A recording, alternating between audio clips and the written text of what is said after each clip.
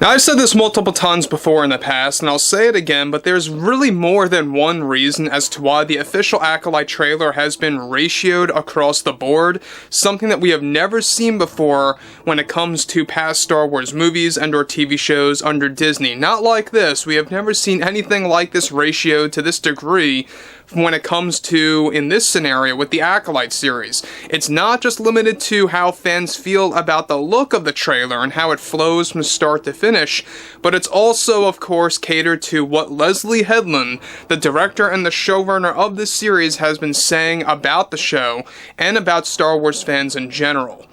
This is Mike Zero. Subscribe if you're new and like this video to see future updates. You can also follow me at Mike01. I thank you all so very much for the great and kind support. Now, I pointed this out before as well, that Leslye Headland, as far as I'm concerned, is worse than Kathleen Kennedy. She is more extreme than Kathleen Kennedy ever will be, and I think that's exactly why. Kathleen Kennedy felt that she was the best hire, or the best person to choose for the job to really create the Acolyte series into what they are now calling the first ever diverse Star Wars show in history, alright? Which is just completely nonsense. But when you look at stuff like this, when it comes down to the Acolyte series, it's already running into damage control under the Disney heads, under Kathleen Kennedy, and especially when it comes down to Leslye Headland and how she's taking the overall fan criticism and how there are so many people rejecting this thing around the world. Let's get into this. Now, with the Acolyte trailer already universally rejected by true Star Wars fans and those that support George Lucas, one major development has much to do with Leslye Headland, the director and showrunner of the series, responding to the entire backlash.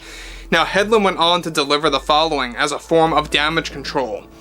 One thing I was prepared for was knowing that going into this fandom and how it was most certainly going to be a toxic one to handle, where the fans feel entitled for their stories to be told, or for George's story to be respected. I support change and I always aim for change, and I just think many fans are blowing things out of proportion. One thing I agreed on with Kathy was that we had to dig into this strong legend stories, or what fans call the expanded universe, and how we could put our spin on all of that. I was truly inspired by how Rian Johnson did that sort of with The Last Jedi, but I really wanted to take it to the next level. Once again, this is a series for women, by women, and it's the first of its kind at its core, and men are welcome to join, but you are always going to have a toxic demographic within that male demographic, and I think it just all stems from fear of change. I think, I really urge fans that are spewing out biased opinions to really just keep that to themselves, because it's also irresponsible to convince others, and other fans, that this series somehow goes against them as a fan. I mean, what was so great about The Last Jedi, and just the sequels overall, is that they were innovative. They were a masterpiece, and my endgame, I guess, was to really sort of take inspiration from that. To have elements of The Last Jedi in this story is also something that I am proud of. And look, even though we are getting some criticism, which was to be expected, and it's really just such a small margin of fans, you just can't lose sleep over that. Whatever you think the Acolyte is, well, it isn't. Nobody is going to guess what we have in store with this series, and I think it will serve as a gateway, more so, for new fans to really come in and enjoy something new.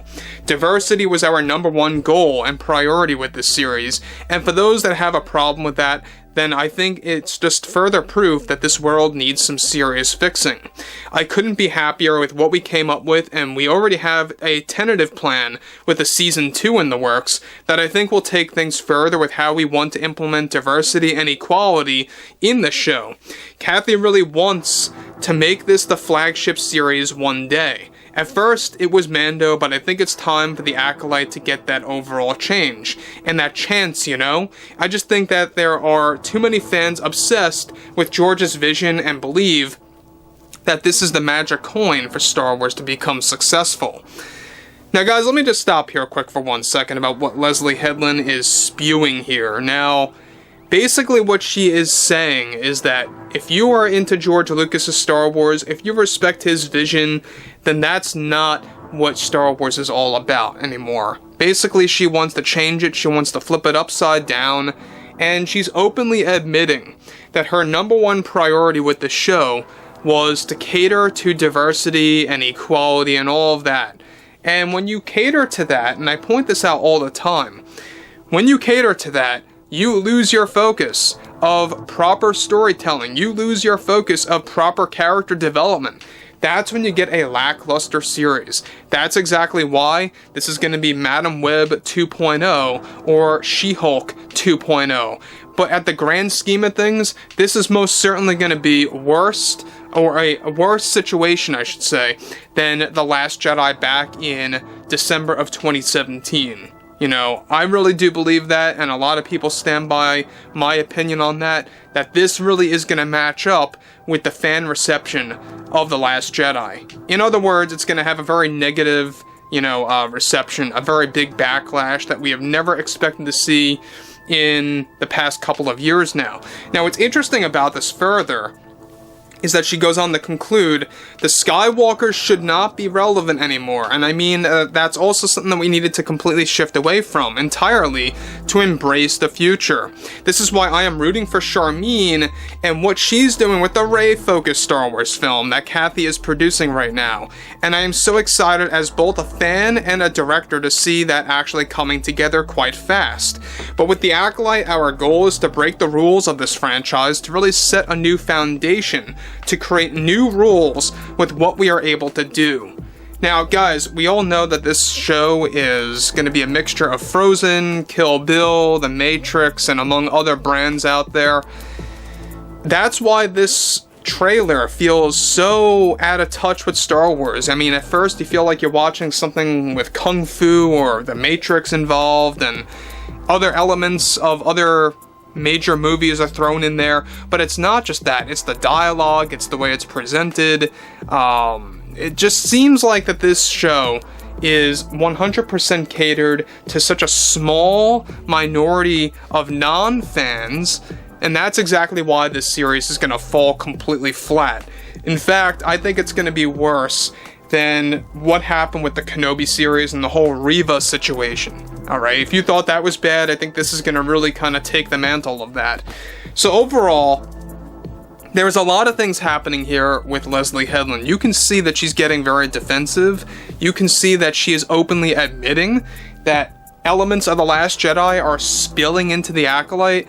Makes you wonder, is that world, the world of Octu from The Last Jedi? Who knows? It looks similar. We've heard, of course, things that were actually getting inserted into the script of the Acolyte Season 2 that would meddle with the Octu planet, but who knows if that's going to be spilled into the first season. But overall, you can see that Leslye Headland is taking full inspiration from Rian Johnson, and that's already a major red flag to begin with. And post the Acolyte trailer backlash, it's not looking good at all. So overall, guys, drop a comment below, fill me in below in the comments what you all have to say about this, and if you guys did enjoy the content for today, make sure to drop a thumbs up on this video to support the channel, and I will catch you guys later.